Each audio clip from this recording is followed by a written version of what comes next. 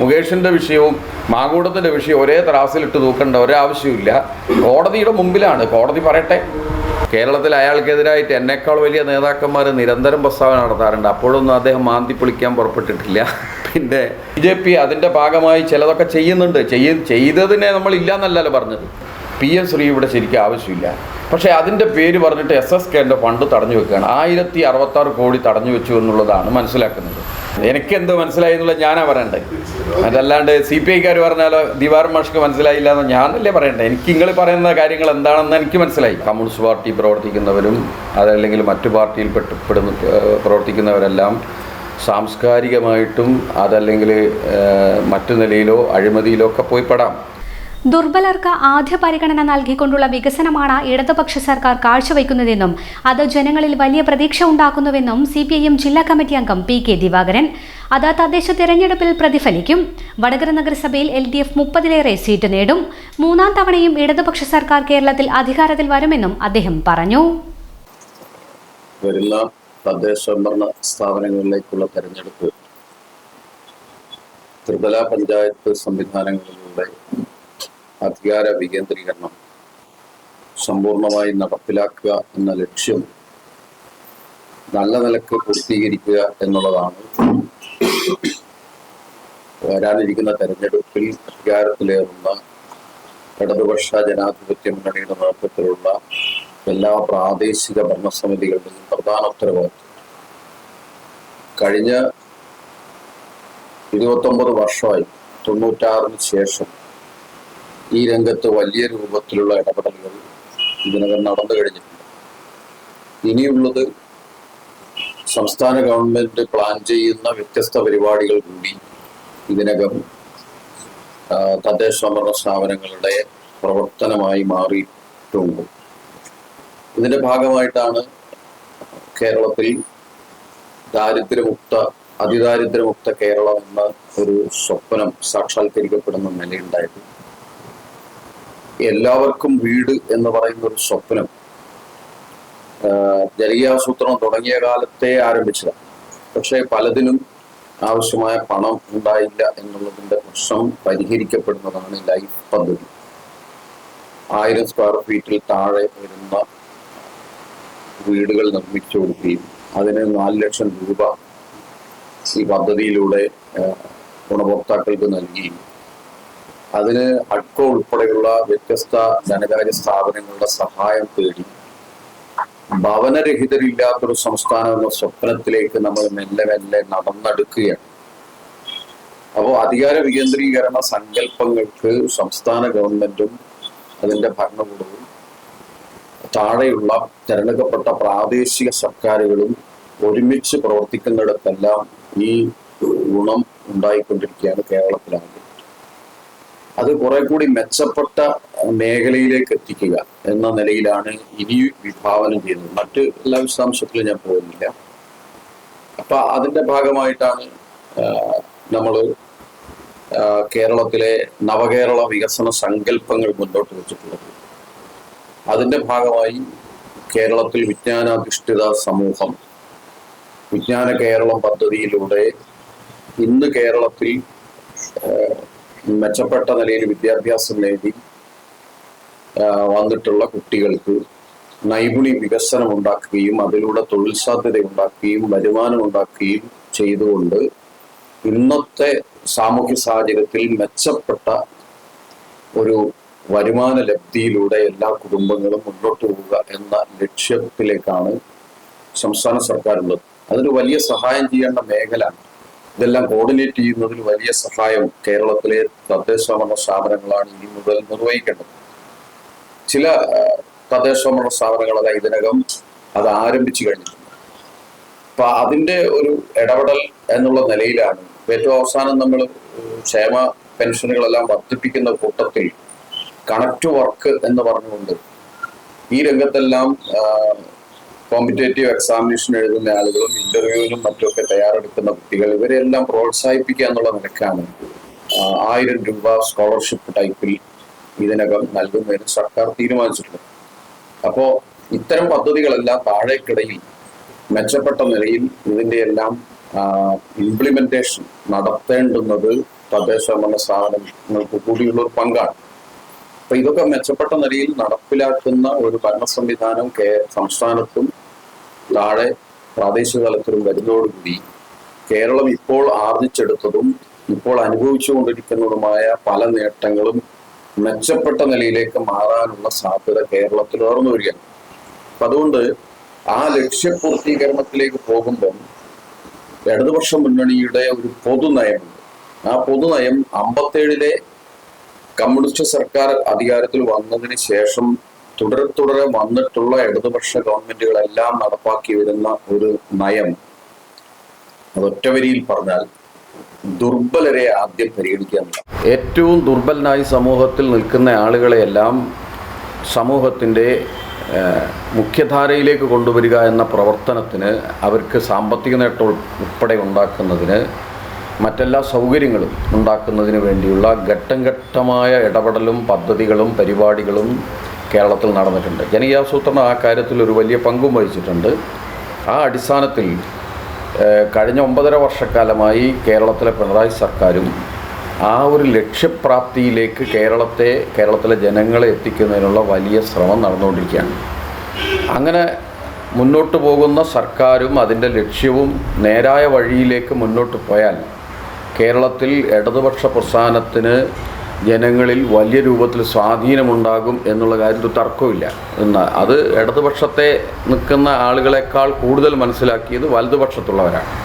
അതുകൊണ്ടാണ് വലതുപക്ഷത്ത് വലിയ രൂപത്തിൽ ഇടതുപക്ഷ സർക്കാരിൻ്റെ പ്രവർത്തനങ്ങളെ തടസ്സപ്പെടുത്തുന്നതോ അതിനെ തടസ്സപ്പെടുത്താൻ കേന്ദ്ര സർക്കാർ ശ്രമിക്കുമ്പോൾ അതിനെതിരെ മൗനം ഭജിക്കുന്നതോ ആയ നിലപാടൊക്കെ വരുന്നത്.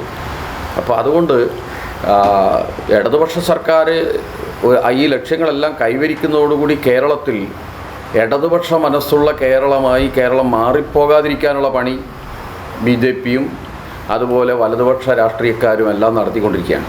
അപ്പം അതുകൊണ്ടാണ് ആ കാര്യം കൂടി ഈ തെരഞ്ഞെടുപ്പിൽ ജനങ്ങളെ ഓർമ്മിപ്പിക്കുകയാണ് ഒരു പ്രധാന കർത്തവ്യം. നിങ്ങളുടെ വോട്ട് അല്ലെങ്കിൽ സമ്മതിദാനാവകാശം വിനിയോഗിക്കുമ്പം ഇങ്ങനെയുള്ളൊരു കേരളം നിലനിൽക്കണം. അതിനെ തകർക്കാൻ മറ്റൊരു ഭാഗത്ത് വലിയ പ്രചാരണങ്ങളും പ്രവർത്തനങ്ങളും വലതുപക്ഷ രാഷ്ട്രീയം നടത്തുന്നുണ്ട്. അതോടൊപ്പം വലതുപക്ഷ രാഷ്ട്രീയം എത്തിച്ചേർന്നിരിക്കുന്ന വളരെ ജുഗുപ്സാവഹമായ ഒരവസ്ഥയെ സംബന്ധിച്ചിട്ടും കേരളം ഗൗരവമായി ഈ തെരഞ്ഞെടുപ്പ് കാലത്ത് ചർച്ച ചെയ്യുന്നുള്ള കാര്യം തർക്കമില്ല. വലിയ രൂപത്തിലുള്ള അഴിമതി, അതിനോടൊപ്പം ഏറ്റവും മോശപ്പെട്ട ലൈംഗിക അപവാദങ്ങളുടെ ചുഴിയിൽ ഭരണാധികാരത്തിലേക്ക് എത്തുന്ന അതിൻ്റെ ചുമതലയുള്ള ആളുകൾ വരെ ചെന്ന് പെടുന്ന അവസ്ഥ നമ്മൾ കേരളത്തിൽ കാണുകയാണ്. ഇതൊക്കെ നമ്മുടെ സമൂഹ മനസാക്ഷിയെ ഞെട്ടിക്കുന്ന രൂപത്തിൽ കേരളത്തിൽ വളരുന്നു എന്നുള്ളതാണ്. ഇതിലൊക്കെ രാഷ്ട്രീയവും സംഘടനാപരവുമായ നിലപാടുകളാണ് രാഷ്ട്രീയ പ്രസ്ഥാനങ്ങൾ എടുക്കേണ്ടത്. ദൗർഭാഗ്യകരമെന്ന് പറയട്ടെ, അത്തരം നിലപാടുകൾ ഗൗരവത്തോടെ കാണുകയും എടുക്കാനും തയ്യാറാകാതെ വൈകിയ ഒരു നിമിഷത്തിൽ നിലനിൽപ്പിന് വേണ്ടി ചില നിലപാടുകൾ എടുത്തു പോകുന്ന അവസ്ഥയാണ് കോൺഗ്രസ് ഉൾപ്പെടെയുള്ള രാഷ്ട്രീയ പ്രസ്ഥാനങ്ങൾ, BJP ഉൾപ്പെടെയുള്ളവർ ഈ അഴിമതിക്കാര്യത്തിലും നേരത്തെ പറഞ്ഞ സ്ത്രീ അല്ലെങ്കിൽ ലൈംഗിക അപവാദ പ്രശ്നങ്ങളിലുമെല്ലാം നടന്നുകൊണ്ടിരിക്കുന്നത്. അപ്പം അതുകൊണ്ട് സാംസ്കാരിക കേരളം നേരിടുന്നൊരു ഭീഷണിക്കുള്ള ഉത്തരമായിരിക്കണം ഈ തെരഞ്ഞെടുപ്പിൻ്റെ ഫലമെന്നുകൂടി ഇടതുപക്ഷ മുന്നണിക്ക് ആഗ്രഹമുണ്ട്, അഭിപ്രായമുണ്ട്. ഇത്രയാണ് ചുരുക്കി പറയാനുള്ളത്.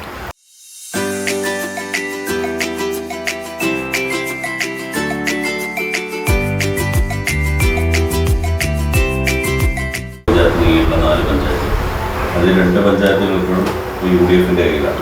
നമ്മുടെ മൊത്തത്തിൽ ഈ വടകരയും അവിടെയുള്ള LDFിൻ്റെ പ്രതീക്ഷ എങ്ങനെയാണ്? LDF തോണ്ണൂർ ബ്ലോക്കിലെ 4 പഞ്ചായത്തിൽ 3 പഞ്ചായത്ത് ഇത്തവണ ജയിക്കും. 4ാമത്തെ പഞ്ചായത്തിൽ ഇതുവരെ ഇല്ലാത്ത മുന്നേറ്റം ഉണ്ടാക്കും. അത് ഉറപ്പായിട്ടും സംഭവിക്കുമെന്നുള്ളതാണ് ഇതുവരെയുള്ള പ്രവർത്തനത്തിലൂടെ മനസ്സിലാക്കുന്നത്. നഗരസഭയിൽ കഴിഞ്ഞ തവണ ഞങ്ങൾ പറഞ്ഞതിനേക്കാൾ മുന്നേറ്റം ഉണ്ടാകും. 30-ലധികം സീറ്റിൽ ഇടതുപക്ഷ മുന്നണി ജയിക്കുന്നുള്ളതാണ്. ഇടതുപക്ഷ മുന്നണിയുടെ നിലവിലുള്ള വീട് കയറ്റം, വോട്ടർമാരെ കാണൽ, അതിൻ്റെയൊക്കെ അന്തിമ വിശകലനത്തിൽ 30-ൽ കുറയാത്ത സീറ്റ് കൂടുതലാവുകയുള്ളൂ. ചില സ്ഥലങ്ങളിലെല്ലാം UDF-നകത്തുള്ള ചില പ്രശ്നങ്ങളാണ് 30-ലധികം സീറ്റിലേക്ക് ഇടതുപക്ഷ മുന്നണി എത്തിക്കുക. അത് അതിനുള്ള സാധ്യത ആ നിലയിലേക്ക് ചില വാർഡുകളിൽ ഉയർന്നു വന്നിട്ടുണ്ട്. ആ ഉയർന്നു വന്ന സ്ഥലങ്ങളിലെല്ലാം മുന്നേറ്റം ഉണ്ടാക്കി ജയസാധ്യതയിലേക്ക് ഞങ്ങൾ നടന്നെടുക്കുന്നു എന്നുള്ളതാണ് ഞങ്ങളുടെ ഒരു പ്രതീക്ഷ. അങ്ങനെയാണെങ്കിൽ 30-ൽ കൂടുതൽ സീറ്റ് ഇടതുപക്ഷ മുന്നണി നഗരസഭയിൽ വാങ്ങിക്കും. അതിൻ്റെ അടിസ്ഥാനത്തിൽ നഗരസഭയുടെ ഭരണ തുടർച്ച ഇടതുപക്ഷ മുന്നണിയിലൂടെ മുന്നോട്ട് പോകുന്നുള്ള കാര്യത്തിൽ ഒരു തർക്കവുമില്ല. അതെല്ലാം പരിഹരിച്ചു. അല്ല, ഒതുങ്ങി എന്നുള്ളത് അവരും കൂടി അംഗീകരിച്ച് നടപ്പിലാക്കിയിട്ടുള്ള ഒരു നിലപാടിൻ്റെ ഭാഗമായിട്ടാണ് ആ തീരുമാനം. അതിൻ്റെ ഭാഗമായിട്ട് അവർ ഇടതുപക്ഷ മുന്നണിയെ സഹകരിച്ച് വീട് കയറാനും മറ്റ് സൗകര്യങ്ങളും കാര്യങ്ങളിലൊക്കെ ഇടപെടുകയും ചെയ്യുന്നുണ്ട്. അപ്പോൾ അതുകൊണ്ട് INL-ൻ്റെ വിഷയം ഒരു വിഷയമല്ല. നേരത്തെ അങ്ങനെ ഒരു സംഗതി പത്രസമ്മേളനമൊക്കെ നടത്തി അവർ പറഞ്ഞിരുന്നു. പിന്നീട് ജില്ലാ സംസ്ഥാന തലത്തിൽ ഇടപെട്ട് ഈ വിഷയത്തിൽ പ്രാദേശികമായി ഇടതുപക്ഷ മുന്നണിയെ വിജയിപ്പിക്കാൻ വേണ്ടി അവർ തീരുമാനമെടുത്ത് കഴിഞ്ഞിട്ടുണ്ട്. വലതുപക്ഷ രാഷ്ട്രീയത്തിൻ്റെ ഭാഗമായി അഴിമതിയും ലൈംഗിക അപവാദങ്ങളൊക്കെ പറഞ്ഞു. യഥാർത്ഥത്തിൽ ആ ഒരു കാര്യങ്ങൾ വലതുപക്ഷത്തിൽ മാത്രമാണ് ആണോ ഉള്ളത്? ഇടതുപക്ഷ രാഷ്ട്രീയക്കാർക്കും അത് ഭാഗമായി സ്ഥിതിയില്ല. എന്താ ഉദാഹരണം? സഹകരണ മേഖലയിലെ അഴിമതി, ഏറ്റവും കൂടുതലുള്ള ശബരിമലയിലെ സ്വർണ്ണപ്പുള്ള, അതൊക്കെ CPM-ൻ്റെ ജില്ലാ കമ്മിറ്റി അംഗങ്ങളുടെ. അല്ല, ഞാനത് അവതരിപ്പിക്കുമ്പോൾ തന്നെ നേരത്തെ ആദ്യമേ പറഞ്ഞു, നിലപാടുകളാണ് പ്രശ്നം. രാഷ്ട്രീയ പ്രസ്ഥാനങ്ങളുടെ നിലപാടാണ്. അഴിമതി നമ്മുടെ ഒരു മുതലാളിത്ത സാമൂഹ്യ വ്യവസ്ഥയിലെ ജീർണതകളുടെ ഭാഗമായിട്ട് കമ്മ്യൂണിസ്റ്റ് പാർട്ടി പ്രവർത്തിക്കുന്നവരും അതല്ലെങ്കിൽ മറ്റു പാർട്ടിയിൽ പ്രവർത്തിക്കുന്നവരെല്ലാം സാംസ്കാരികമായിട്ടും അതല്ലെങ്കിൽ മറ്റു നിലയിലോ അഴിമതിയിലോ ഒക്കെ പോയി പെടാം. അങ്ങനെ ഒരാൾ വ്യക്തിപരമായി അത്തരം കാര്യങ്ങളിലേക്ക് പോയി പെടുന്നതിൻ്റെ ഭാഗമായി അയാൾ പ്രതിനിധാനം ചെയ്യുന്ന പാർട്ടിയുടെ നിലപാടെന്താണ്? അവരിതിനെ തള്ളിപ്പറയേണ്ടിടത്ത് തള്ളിപ്പറയുകയും നിലപാടെടുക്കേണ്ടിടത്ത് നിലപാടെടുക്കുകയും ചെയ്യുന്നില്ലെങ്കിൽ ഇടതുപക്ഷവും വലതുപക്ഷവും അഴിമതിയുടെ കാര്യത്തിൽ ഒരുപോലെയാണെന്ന് പറയാം. അങ്ങനെ ഒരു അവസ്ഥ ഈ പറഞ്ഞ വിഷയങ്ങളിലൊന്നും ഉണ്ടായിട്ടില്ല. ഇടതുപക്ഷം ഈ സഹകരണ ബാങ്കുകളിലെല്ലാം ഈ പറഞ്ഞ രൂപത്തിൽ അഴിമതി നടന്നു. അത് കോൺഗ്രസ് ഭരിക്കുന്നതിൽ നടന്നു, ഇടതുപക്ഷം ഭരിക്കുന്നതിൽ നടന്നു. പക്ഷേ ശക്തമായ നടപടിയെടുത്ത് അതിൽ മുഖം നോക്കാതെ നിലപാടെടുത്ത് മുന്നോട്ട് പോകുന്നതിന് ഇടതുപക്ഷത്തിന് കഴിഞ്ഞിട്ടുണ്ട്. എന്നാൽ BJP ഉൾപ്പെടെ ഭരിക്കുന്ന സ്ഥലങ്ങളിൽ ഇപ്പോഴും അത്തരം പ്രതിസന്ധികൾ, അത്തരം ആളുകളെ കൂടുതൽ യോഗ്യന്മാരാക്കി മുമ്പോട്ട് കൊണ്ടാണ്. കർണാടകയിൽ വലിയ രൂപത്തിൽ റിയൽ എസ്റ്റേറ്റ് പ്രശ്നത്തിനകത്ത് കോടതിയുടെ തന്നെ വലിയ രൂപത്തിലുള്ള പരാമർശത്തിന് ഇടവന്നിട്ടുള്ള ആളാണ് സംസ്ഥാന പ്രസിഡൻ്റായിട്ട് BJP-യുടെ ഇവിടെ ഇരിക്കുന്നത്. അദ്ദേഹം ആ കാര്യത്തിൽ ആ പാർട്ടി എന്ന നിലപാടെടുക്കണമല്ലോ. ഈ ഇടതുപക്ഷത്തെയോ അല്ലെങ്കിൽ CPM-ൻ്റെയോ അത്തരം ഒരാളുകളെ പേരിലാണ് ഇങ്ങനെ ഒരു സംഗതി വന്ന് കോടതി പരാമർശം വരുന്നതെങ്കിൽ ഇടതുപക്ഷത്തിനല്ല CPM-ന് പ്രത്യേകിച്ച് രണ്ടാലൊന്നും ആലോചിക്കാനുണ്ടാവില്ല, ഉടനെ നടപടിയിലേക്ക് പോകുന്നതാണ്. അതൊന്നുമല്ലല്ലോ. ഇവരെല്ലാം അത്തരത്തിൻ്റെ മുകളിൽ പിന്നെയും അത്തരം കാര്യങ്ങളുടെ മുകളിൽ അപ്പീൽ പോയി എന്താണ് രക്ഷ കിട്ടുക നോക്കി നടക്കുകയാണ്.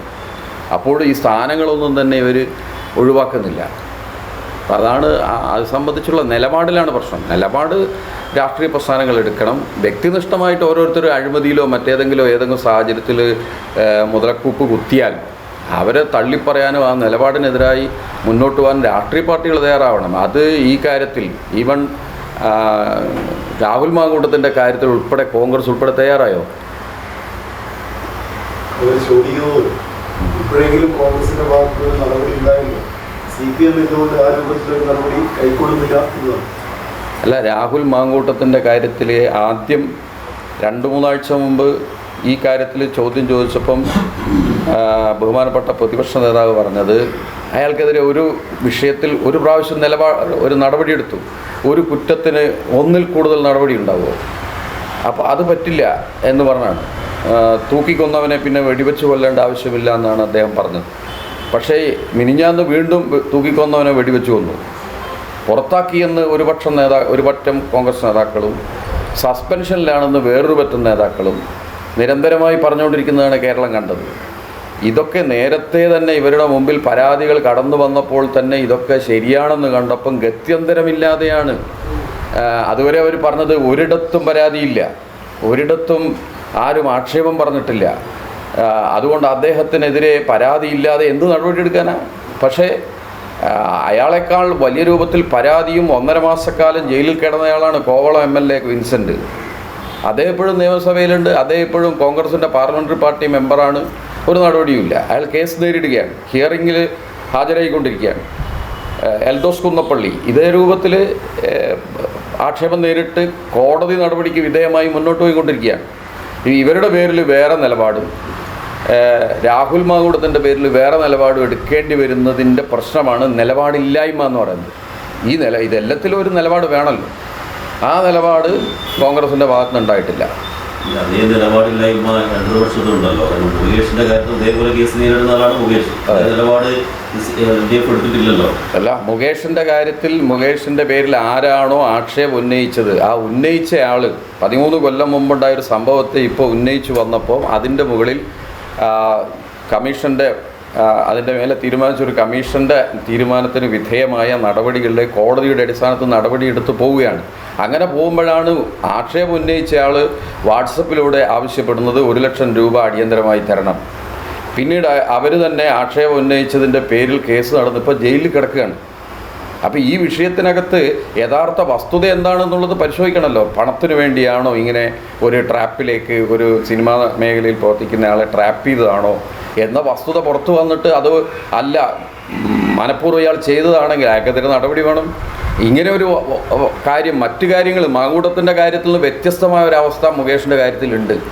ഉന്നയിച്ച ഇര പണമാവശ്യപ്പെട്ടതും ചാറ്റ് ചെയ്തതും അനുകൂലമായിട്ട് ചില കാര്യങ്ങൾ പറഞ്ഞതും ഒക്കെ കോടതിയുടെ മുമ്പിലെത്തിയതാണ്.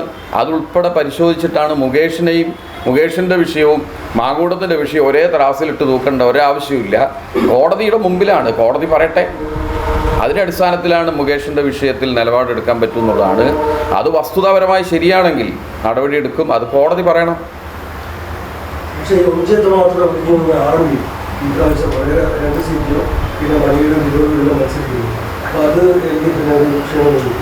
അല്ല, അവർ UDFൻ്റെ കൂടെ മത്സരിക്കുകയാണല്ലോ.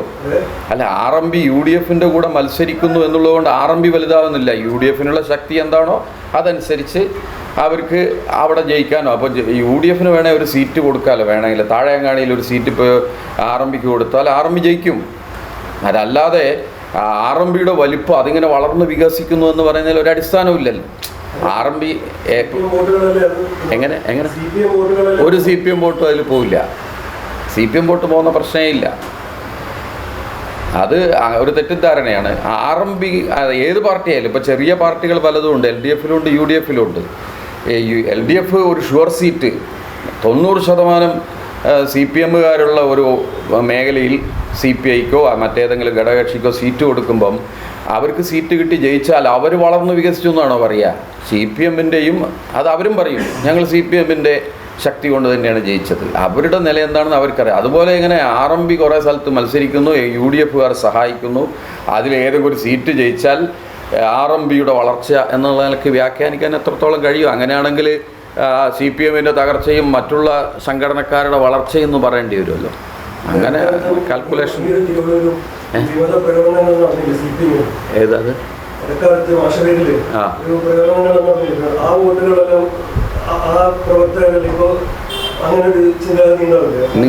നിങ്ങളടുത്ത് അങ്ങനെ ഒരു വിവരമുണ്ടോ? അങ്ങ് ആ പ്രവർത്തകന്മാരെല്ലാം അങ്ങനെ നടക്കുന്നു? എനിക്ക് തിരുവള്ളൂർ ചാർജാണ്. ഞാനാണ് തിരുവള്ളൂരിലെ പഞ്ചായത്ത് സെക്രട്ടറി. അവിടെ വാർഡ് തലത്തിൽ ബൂത്ത് തലത്തിൽ വീടുകൾ കയറി ഇടപെട്ടുകൊണ്ടിരിക്കുന്ന ആളാണ് ഞാൻ. എൻ്റെ കൂടെയാണ് അവരൊക്കെ കയറിക്കൊണ്ടിരിക്കുന്നത്. അപ്പോൾ വോട്ട് പിടിക്കാൻ LDFന് വേണ്ടി പ്രവർത്തിക്കുന്നത്, അക്ഷീണം പരിശ്രമിക്കുന്നത് എൻ്റെ പേരും പറഞ്ഞ് പ്രകടനം നടത്തിയവരാണ്. സംഘടനാപരമായി അത് ശരിയല്ലെങ്കിലും അത് തിരുത്തലിന് വിധേയമാകുന്ന നിലയുണ്ടായി അവർ പൂർണ്ണമായിട്ട് LDFുമായി സഹകരിക്കുകയാണ്. അതിൽ നിന്നൊരു വോട്ടും അവർക്ക് കിട്ടില്ല.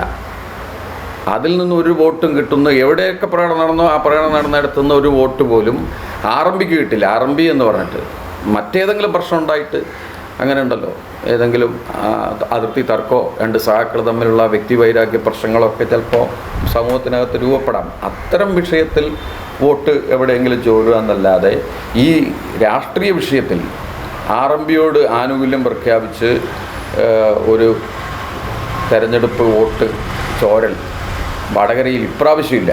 വടകരയിലല്ല, മണിയൂരിലില്ല, തിരുവള്ളൂരില്ല, മറ്റെവിടെയില്ല. പിന്നെ അവരാരെങ്കിലും ജയിക്കുമോ ഇല്ലയോ എന്നുള്ളത് UDFൻ്റെ ശക്തി പോലെ ഇരിക്കും അവിടെ. അത് പറഞ്ഞിട്ട് കാര്യമില്ല. അവർക്ക് സീറ്റ് കൊടുക്കുക. ഞാൻ മനസ്സിലാക്കിയെടുത്തോളം മണിയൂരിൽ കോൺഗ്രസിൻ്റെ ജില്ലാ കമ്മിറ്റി RMBക്ക് സീറ്റ് കൊടുക്കേണ്ട തീരുമാനിച്ച എല്ലാ തീരുമാനവും എടുത്ത് ഇവിടെ വന്നിട്ട് വടകര മണിയൂരിൽ നിന്ന് തീരുമാനിച്ചാണ് എന്നാണ് ഞാൻ മനസ്സിലാക്കുന്നത്. കോൺഗ്രസ് സുഹൃത്തുക്കൾ തന്നെ എന്നോട് പറഞ്ഞത് ഇവിടുന്ന് തീരുമാനം അവരങ്ങോട്ട് മാറ്റി പ്രാദേശികമായി, എന്നിട്ട് RMBക്ക് ഒരു സീറ്റ് കൊടുത്തു എന്നുള്ളതാണ്. അപ്പോൾ അങ്ങനെയൊക്കെ കൊടുത്ത് ഒരാളെ ജയിപ്പിച്ചിട്ട് RMB ശക്തിയാണ്, അപ്പോൾ കോൺഗ്രസ് തളർന്നു പോയി എന്ന് പറയേണ്ടി വരുമോ?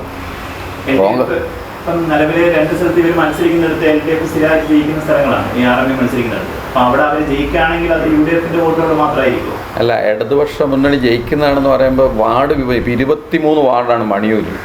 ഈ നേരത്തെ 21 വാർഡിൽ 2 വാർഡ് വർദ്ധിച്ചപ്പോൾ 450 വീടുകൾ ഉൾക്കൊള്ളുന്ന അതിൻ്റെ ആവറേജിൽ വാർഡുകൾ വിഭജിച്ച് വരുമ്പം കുറേ സ്ഥലങ്ങൾ പുതുതായി കൂട്ടിച്ചേർക്കേണ്ടി വരും. അപ്പോൾ അങ്ങനെ കൂട്ടിച്ചേർക്കപ്പെട്ട് റീഷേപ്പ് ചെയ്യപ്പെട്ട വാർഡുകളാണ്. ആ വാർഡുകൾ നേരത്തെ ഉണ്ടായിരുന്ന ജയിച്ച സ്ഥലത്തിന് എൻ്റെ അവസ്ഥയിലൊന്നുമല്ല, മുനിസിപ്പാലിറ്റിയിലുണ്ട്. അങ്ങനെ നടക്കില്ല എന്നുള്ള നിലയിൽ തന്നെയാണ് വാർഡ് വിഭജനം നടന്നത്. അതുകൊണ്ട് കഴിഞ്ഞ LDF പേരൊക്കെ അതായിരിക്കും, കുറുന്തോടി, അവിടെയാണ് അവർ മത്സരിക്കുന്നത്. കുറുന്തോടി എന്ന് പേരുള്ളെടുത്ത് കുറുന്തോടിയുടെ കുറേ ഭാഗം, മുതുവന ഭാഗം വെട്ടി മാറ്റി ഇപ്പുറത്ത് കരുവഞ്ചേരിയുടെ കുറേ UDF പക്ഷമുള്ള കുറേ വീടുകൾ വരുന്ന ഭാഗങ്ങൾ ഈ വാർഡിലേക്ക് കൂട്ടിച്ചേർത്തിട്ടുണ്ട്. അപ്പോൾ അതിൻ്റെയൊക്കെ അടിസ്ഥാനത്തിൽ എന്ത് സംഭവിക്കുന്നു നമുക്ക് നോക്കാം. മറ്റല്ലാണ്ട് ഒരു പേരിൻ്റെ മുകളിൽ ഒഞ്ചിയം എന്ന പേരുള്ളതുകൊണ്ട് ഒഞ്ചിയത്ത് എല്ലാ വാർഡ് വിഭജനത്തിൻ്റെ അടിസ്ഥാനത്തിലാണ് ഈ ഇതെല്ലാം നടക്കുന്നത്. ഇപ്പം ഞാൻ ഉദാഹരണത്തിന് തിരുവള്ളൂർ പറയാം. 2200 വോട്ട് UDF ഭൂരിപക്ഷം ഇപ്പം തിരുവള്ളൂർ പഞ്ചായത്തിൽ ഏത് തെരഞ്ഞെടുപ്പിലും, മുനിസിപ്പൽ മറ്റേ പഞ്ചായത്ത് തെരഞ്ഞെടുപ്പിലും, ലോക്സഭാ തെരഞ്ഞെടുപ്പിലും, നിയമസഭാ തെരഞ്ഞെടുപ്പിലും 2650 ഷാഫിക്ക് കിട്ടിയ ഭൂരിപക്ഷം. അപ്പോൾ ആ ഭൂരിപക്ഷം ഉള്ളിടത്ത് LDF പലതവണ 35 കൊല്ലം പഞ്ചായത്ത് ഭരിച്ചിട്ടുണ്ട്.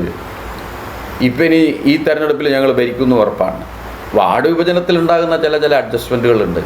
അപ്പോൾ അതിൽ ഈ പറഞ്ഞ പോലെ ഇപ്പോൾ ചരണ്ടത്തൂർ, ഞങ്ങളെ മണിയൂർ ചരണ്ടത്തൂർ ഇപ്പോൾ നേരത്തെ 400 വോട്ടിന് ജയിക്കുന്നിടത്ത് ഇപ്പോൾ 100 വോട്ടേ UDFന് മേൽക്കൈയുള്ളൂ ഞങ്ങളെ കണക്കിൽ. ആ മേൽക്കൈയും അവസാനിക്കുമെന്ന് പറയുന്ന നിലയിലാണ് അവർക്കിടയിലെ ആന്തരിക പ്രശ്നങ്ങളോ കാര്യങ്ങളൊക്കെ ഞങ്ങൾ മനസ്സിലാക്കിയപ്പോൾ ഉള്ളത്. അതുകൊണ്ട് കോൺഗ്രസ് ആകെ മണിയൂർ തകർന്നൊന്നും ഞങ്ങൾ പറയില്ല. കോൺഗ്രസ്സിനൊരു ശക്തിയുണ്ട്, ലീഗിന് വേറൊരു ശക്തിയുണ്ട്, BJPക്ക് അതിനനുസരിച്ചൊരു ശക്തിയുണ്ട്. പക്ഷേ LDF തകർന്നുപോയി എന്നുള്ളൊരു അടിസ്ഥാനമൊന്നും അതിനകത്തില്ല. വാർഡ് വിഭജനത്തിൻ്റെ അടിസ്ഥാനത്തിൽ എന്താണോ സംഭവിക്കുക എന്നുള്ളത് നമുക്ക് കണ്ടറിയാം. ഫരീദ ഓപ്റ്റിക്സ് വടകര, ഇനി എല്ലാം തെളിഞ്ഞു കാണാം. കഴിഞ്ഞ ദിവസം സുരേഷ് ഗോപി യഥാർത്ഥ പദപ്രയോഗമായിരുന്നു താങ്കൾക്കെതിരെ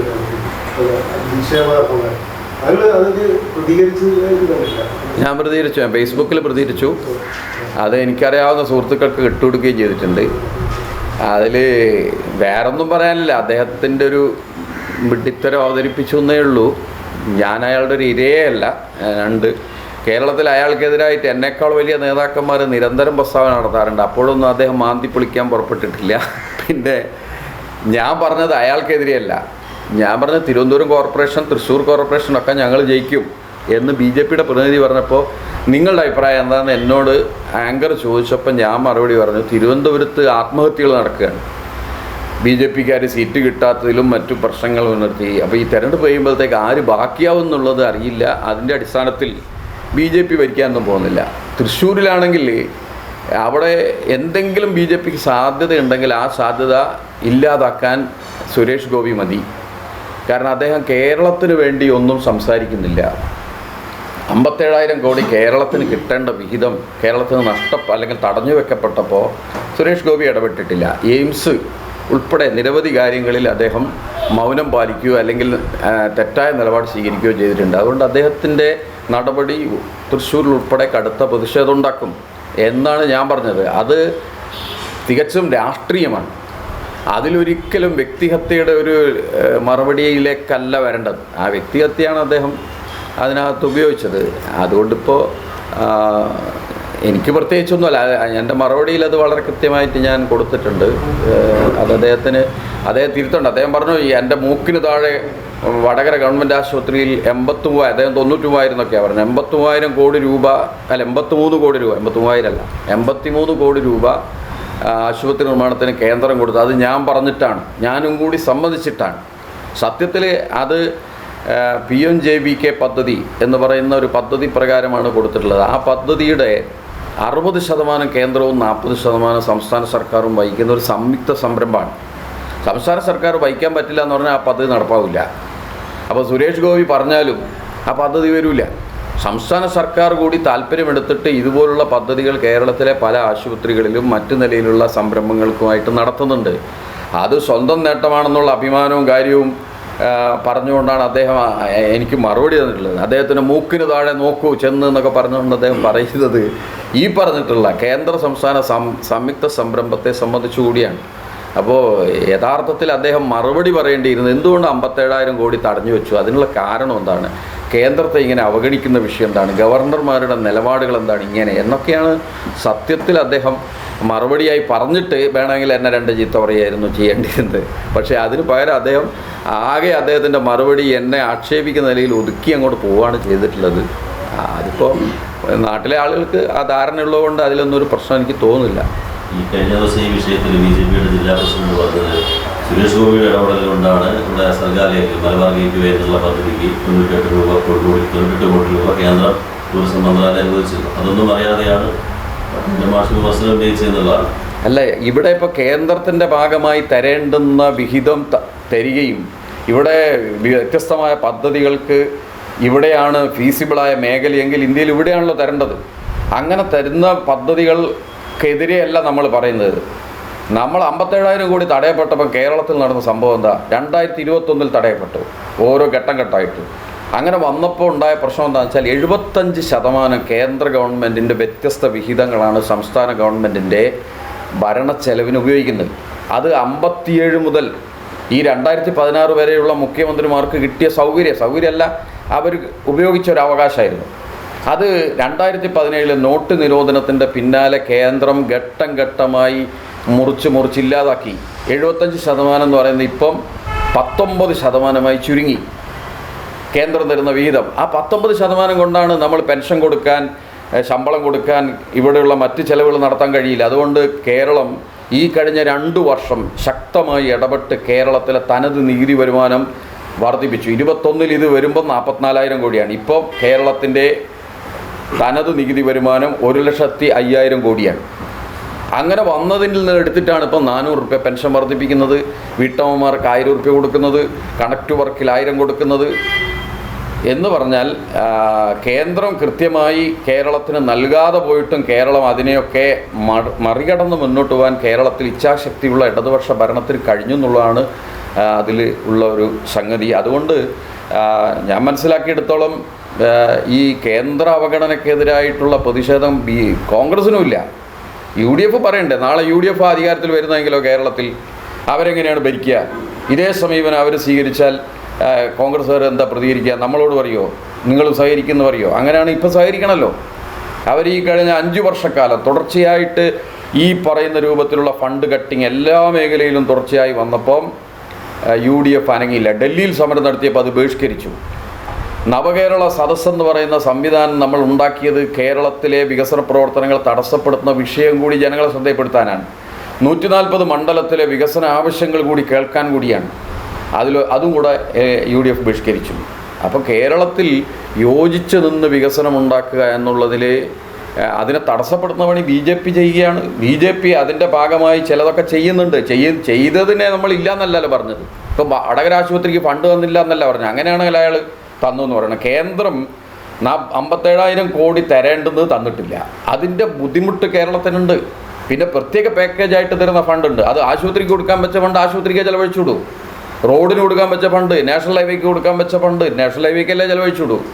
പൊതു ഭരണ സംവിധാനങ്ങളെ മുന്നോട്ട് നയിക്കാൻ സംസ്ഥാന ഗവൺമെൻറ്റിന് കിട്ടുന്ന, ഖജനാവിലേക്ക് കിട്ടുന്ന വിഹിതം തരാതിരുന്നാൽ നിത്യഭരണം എങ്ങനെ കൊണ്ടുപോവുക? ട്രഷറി പൂട്ടേണ്ടി വരും. ഇതിന് ഈ ആപത്തിനെല്ലാം മറികടന്നൊരു ഭരണം കേരളത്തിൽ എല്ലാ പ്രതിസന്ധികൾക്കിടയിലും മുന്നോട്ട് കൊണ്ടുപോയി എന്നുള്ളതാണ്. അങ്ങനെ കൊണ്ടുപോകാൻ കഴിയുന്ന ഒരു ഫിനാൻഷ്യൽ മാനേജ്മെൻറ്റ്, അങ്ങനെ കൊണ്ടുപോകാൻ കഴിയുന്ന ഒരു ക്രൈസിസ് മാനേജ്മെൻറ്റുള്ള ഭരണം സഖാവ് പിണറായി വിജയൻ്റെ ഭരണമാണ്. ആ ഭരണം ജനങ്ങൾ ഇഷ്ടപ്പെടുന്നുണ്ട്. അതുകൊണ്ട് മൂന്നാം ഭരണത്തിലേക്ക് ഇടതുപക്ഷ ഭരണം വീണ്ടും വരും. അതിൻ്റെ തുടർച്ചയാണ്, അതിൻ്റെ ഡ്രസ് റിഹേഴ്സലാണ് പഞ്ചായത്ത് മുനിസിപ്പൽ തെരഞ്ഞെടുപ്പ്. അതിലെ ഭൂരിപക്ഷം ഭരണസ്ഥാപനങ്ങളും ഇടതുപക്ഷം ജയിക്കുന്നുള്ള കാര്യത്തിൽ ഒരു തർക്കമില്ല. ഈ പറഞ്ഞ വിഷയം ഈ ബി.ജെ.പിയുടെ ട്രാപ്പിൽ യഥാർത്ഥത്തിൽ CPM വീടുപോകണോ? എങ്ങനെ? PMC ഒപ്പുവെച്ച CPM പോലുള്ളൊരു പ്രസ്ഥാനം ഇതുവരെ പറഞ്ഞു വന്നതിന് വിരുദ്ധമായിട്ട് PMC ഒപ്പുവെക്കുകയും അതിന്റെ ഫലമായിട്ട് വിട്ടാസ് തന്നെ വന്നത് കേന്ദ്രമന്ത്രി തന്നെ പറഞ്ഞു കഴിഞ്ഞു. യഥാർത്ഥത്തിൽ ബി.ജെ.പിയുടെ ട്രാപ്പിൽ CPM വീടുപോകണം. അല്ല, ധാരാളം കേന്ദ്ര പദ്ധതികളുണ്ട്. ആ കേന്ദ്ര പദ്ധതികൾ പലതും കേരളത്തിലേക്ക് അതിൻ്റെ ഫണ്ട് ലഭ്യമാകുമ്പോൾ ഇവിടെ നമ്മൾ അതിൻ്റെ ശേഷി കൈവരിച്ച ചില സംഗതികളുണ്ട്. അതിന് ഫണ്ട് അവിടെ ഉണ്ട്. അതിനെ മെച്ചപ്പെടുത്തുന്ന നിലയിലേക്കുള്ള പ്രവർത്തനങ്ങൾക്കാണ് ആ ഫണ്ട് ഇവിടെ വേണ്ടത്.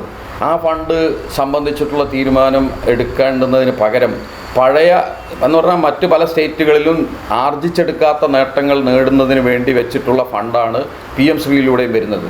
ആ PM ശ്രീ പദ്ധതിയുടെ ഇവിടെ ഈ നേട്ടങ്ങളെല്ലാം ഇവിടെ ഉണ്ടാക്കിയിരിക്കുന്ന വിദ്യാഭ്യാസ മേഖല നിലനിൽക്കുമ്പം PM ശ്രീ ഇവിടെ ശരിക്കും ആവശ്യമില്ല. പക്ഷേ അതിൻ്റെ പേര് പറഞ്ഞിട്ട് SSKൻ്റെ ഫണ്ട് തടഞ്ഞു വെക്കുകയാണ്. 1066 കോടി തടഞ്ഞു വെച്ചു എന്നുള്ളതാണ് മനസ്സിലാക്കുന്നത്.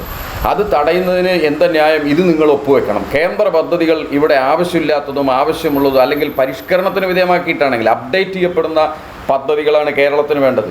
ആ അപ്ഡേറ്റ് ചെയ്യപ്പെടുന്നതിന് വേണ്ടിയുള്ള ഇടപെടൽ നടത്തുകയും അതോടൊപ്പം ഈ പറയുന്ന നിലയിലുള്ള കേരളം നേടിയെടുത്ത നേട്ടങ്ങൾ അവരെ ബോധ്യപ്പെടുത്തുകയും ചെയ്യുന്നതിന് വേണ്ടി നിരന്തര ചർച്ച കേന്ദ്ര സർക്കാരിലെ സംവിധാനങ്ങളുമായി നടത്തിയിട്ടുണ്ട്. അതിന് നടത്തുന്നതിനുള്ള ഒരു മേഖല ബ്രിട്ടാസിനെ പോലുള്ള MP-മാർ തന്നെയാണ്. അതുകൊണ്ട് BJP മുന്നോട്ട് വയ്ക്കുന്ന അവരുടെ സംഘപരിവാർ തീരുമാനങ്ങൾക്ക് വശപ്പെടുന്നു എന്നുള്ള അതിൻ്റെ അർത്ഥം. അത് നിതിൻ ഗഡ്കരിയെ കണ്ട് ചർച്ച നടത്തിയിട്ട് എത്രയോ പുതിയ റോഡുകൾക്ക് ഇവിടെ അംഗീകാരം വാങ്ങിയിട്ടുണ്ട്. അതും BJPയുടെ നയവുമായിട്ട് എന്ത് ബന്ധമുള്ളത്? അപ്പോൾ കേരളത്തിലെ വിദ്യാഭ്യാസ മേഖല പരിഷ്കരണത്തിന് വിധേയമായി മുന്നോട്ട് പോവാണ്. കേന്ദ്രത്തിൽ നടപ്പിലാക്കുന്ന ഏതെങ്കിലും വിദ്യാഭ്യാസ സംഘപരിവാർ അജണ്ടയിൽപ്പെട്ട വിദ്യാഭ്യാസം കേരളത്തിൽ നടക്കില്ല. അതെല്ലാം പ്രഖ്യാപിച്ചുകൊണ്ട് തന്നെയാണ് നമ്മൾ മുമ്പോട്ട് പോകുന്നത്. ഏറ്റവും അടിസ്ഥാനപരമായ പ്രശ്നം ഇടതുപക്ഷമാണ് കേരളം ഭരിക്കുന്നത്. CPM എന്ന് പറയുന്ന അതിൻ്റെ ആശയ നിലപാടുകളാകെ അതിൻ്റെ പ്രത്യയശാസ്ത്ര നിലപാടുകളാകെ ഇടതുപക്ഷ ഭരണത്തിൽ നടപ്പാക്കാനാവില്ല. അത് പണ്ട് EMSും പറഞ്ഞിട്ടുണ്ട്. ഞാൻ കോൺഗ്രസിൻ്റെ രാഷ്ട്രീയ അജണ്ട എങ്കിലും നടപ്പിലാക്കാൻ എനിക്ക് കഴിയൂ. കാരണം ഈ ഭരണഘടന ഈ രാജ്യത്തെ ബൂർഷ്വാസി ഉണ്ടാക്കിയതാണ്. അതുപ്രകാരമാണ് കോൺഗ്രസ് വിളിച്ച മുദ്രാവാക്യമാണ് കൃഷിഭൂമി കർഷകൻ. അതുകൊണ്ടാണ് 57 സർക്കാർ ആ പണിയെടുത്തത്. കോൺഗ്രസിൻ്റെ അജണ്ടയാണ്. അതുകൊണ്ട് CPMൻ്റെ പ്രത്യയശാസ്ത്രം ഇല്ലാതായിപ്പോയി എന്ന് പറയാൻ പറ്റുമോ? EMS പറഞ്ഞ കാര്യമാണത്. CPM കോൺഗ്രസിൻ്റെ പ്രത്യയശാസ്ത്രം നടപ്പിലാക്കി. അതുകൊണ്ട് CPM പ്രത്യയശാസ്ത്രത്തിന് കേരളത്തിൽ യാതൊരു അടിസ്ഥാനമില്ല എന്നാരെങ്കിലും പറയുമോ? ഇതിനെ പരിഷ്കരിച്ചു കൊടുത്തു. നമ്മൾ വീണ്ടും പരിഷ്കരണം, കൂലി വർധനവിന് വേണ്ടിയുള്ള സമരം അതിൻ്റെ പിന്നാലെ നടന്നത്. കൃഷിഭൂമി കിട്ടിയവനാണ് കൂലി വർധനവിന് വേണ്ടി സമരം നടത്തി.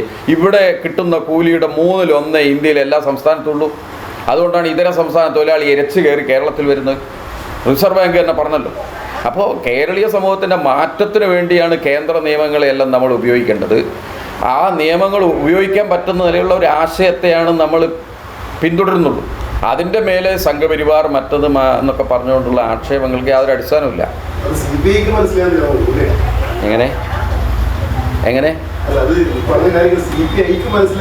അത് അവരല്ലേ പറയണ്ടേ, ഞാനല്ലല്ലോ. അവർക്ക് മനസ്സിലായില്ലോ, എനിക്കെന്ത് മനസ്സിലായി എന്നുള്ള ഞാനാ പറയണ്ടേ. അതല്ലാണ്ട് CPIക്കാർ പറഞ്ഞാലോ ദിവാർ മാഷ്ക്ക് മനസ്സിലായില്ല എന്ന് ഞാനല്ലേ പറയണ്ടേ. എനിക്ക് നിങ്ങൾ പറയുന്ന കാര്യങ്ങൾ എന്താണെന്ന് എനിക്ക് മനസ്സിലായി. അതുപോലെ അവരോട് ചോദിക്കുക, ഇവരിങ്ങനെയാണ് പറയുന്നത്, നിങ്ങൾക്ക് അതൊന്നും മനസ്സിലായില്ല എന്നാണോ എന്ന് അവരോട് ചോദിക്കുക. ഞാൻ പറയുന്നില്ല അവർക്ക് മനസ്സിലായോ ഇല്ല.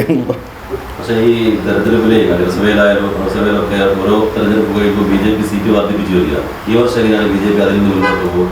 അല്ല, എന്താണ് നിങ്ങളുടെ BJPയുടെ മുന്നേറ്റം ഉണ്ടാവുക സ്വയമുള്ളതാണ്? ഇപ്പോൾ കഴിഞ്ഞ തവണ അവർക്കൊരു സീറ്റ് അധികം കിട്ടാനുള്ള കാരണം കോൺഗ്രസ് എന്നുള്ള വോട്ട് ചോർച്ചയാണ്. കോൺഗ്രസ്സുകാരും BJPക്കാരും എങ്ങനെയൊക്കെ ഡീലുകൾ ഈ തെരഞ്ഞെടുപ്പിൽ ഉണ്ടാക്കിയോ അതിനടിസ്ഥാനത്തിലാണ് അവർക്ക് നേട്ടം. ഇത്തവണ അവർ ഞാൻ മനസ്സിലാക്കിയെടുത്തോളം മുനിസിപ്പാലിറ്റിയിൽ ജമാഅത്ത് ഇസ്ലാമിയുമായി വെൽഫെയർ പാർട്ടിയുമായിട്ട് അവരുടെ ഒരു സ്ഥാനാർത്ഥി തന്നെ മത്സരിക്കുന്നുണ്ട്. മൊബൈൽ ഫോൺ അടയാളത്തിൽ, അതുപോലെ എന്താ പറയുക, ഗ്യാസ് സിലിണ്ടർ അടയാളത്തിലൊക്കെ മത്സരിക്കുന്നത് RMPI UDF സ്ഥാനാർത്ഥിയായിട്ട്. എന്നിട്ട് അവരുടെ നോമിനേഷൻ പേപ്പറിൽ വെൽഫെയർ പാർട്ടി സ്ഥാനാർത്ഥി എന്ന് എഴുതി കൊടുത്തത്. അപ്പോൾ വെൽഫെയർ പാർട്ടി സ്ഥാനാർത്ഥിയായിട്ടുള്ള ഒരാൾ, ഞാൻ സ്വതന്ത്രം എന്നല്ല എഴുതിയത്, വെൽഫെയർ പാർട്ടി സ്ഥാനാർത്ഥിയായിട്ട് മത്സരിക്കുന്ന സ്ഥാനാർത്ഥി എന്ന നിലക്ക് നോമിനേഷൻ കൊടുത്ത് അവർക്ക് RMPI UDF പിന്തുണയുള്ള എന്ന് ബോർഡ് വെച്ചിരിക്കുകയാണ് ഇവിടെ. ഈ സൗകര്യങ്ങളെല്ലാം ഉപയോഗിച്ച് അവർ തമ്മിൽ എല്ലാവരും കൂടെ ഒരു കോർഡിനേഷൻ ഉണ്ടാക്കിയാൽ ഈ പറഞ്ഞ പോലെ എണ്ണം കൂട്ടാൻ പറ്റും. BJPയുടെ അവരുമായിട്ട് സഹകരിച്ചാൽ BJPക്ക് ഒരു സീറ്റ്, ഇപ്പുറത്ത് സഹായം ചെയ്താൽ അപ്പുറത്തൊരു സീറ്റ്, അതിനെല്ലാം മറികടന്ന് മുനിസിപ്പാലിറ്റിയിലെ ഭരണം 30-ലധികം സീറ്റ് വാങ്ങി ഇടതുപക്ഷം ഭരിക്കും. ഈ അവസ്ഥയൊക്കെ ഉണ്ട്. അതുകൊണ്ട് അത് കൂടുമോ ഇല്ലയോ എന്നുള്ളത് കോൺഗ്രസ്സുകാരാണ് പറയേണ്ടത്. കാരണം അവരെ വോട്ട് ചോർന്നാൽ അറക്കിലാട് ജയിക്കുന്നതിന് കാരണമായത് കഴിഞ്ഞ തവണ BJPക്ക് അവർക്ക് വോട്ടുണ്ട്, പക്ഷേ ആ വോട്ട് ജയിക്കാൻ പറ്റുന്ന നിലയിലേക്ക് വോട്ട് 10, 20, 30 ചോർത്തിയാൽ ആ സാധ്യത ഉണ്ടാക്കിക്കൊടുത്തത് കോൺഗ്രസ്സാണ്. അങ്ങനെ ഇനിയും നടക്കുമോ എന്നുള്ളത് ഇപ്പം എനിക്ക് പറയാൻ പറ്റില്ല. അത് കോൺഗ്രസ്സാണ് പറയേണ്ടത്. വടകര പ്രസ് ക്ലബ് തദ്ദേശം 2025 എന്ന പേരിൽ സംഘടിപ്പിച്ച മീറ്റ് ദ ലീഡർ പരിപാടിയിൽ സംസാരിക്കുകയായിരുന്നു അദ്ദേഹം. പ്രസ് ക്ലബ് സെക്രട്ടറി സജിത് വളയം സ്വാഗതം പറഞ്ഞു. VV രഗീഷ് അധ്യക്ഷനായി. രാജീവൻ പറമ്പത നന്ദി പറഞ്ഞു. എന്നോടൊപ്പം നടന്ന് എനിക്കൊപ്പം വളർന്ന ചില ഇഷ്ടങ്ങൾ, ആ ഇഷ്ടങ്ങൾ സ്വന്തമാക്കാൻ എന്നോടൊപ്പം എന്നും ഉണ്ടായിരുന്ന എന്റെ ഫാമിലി.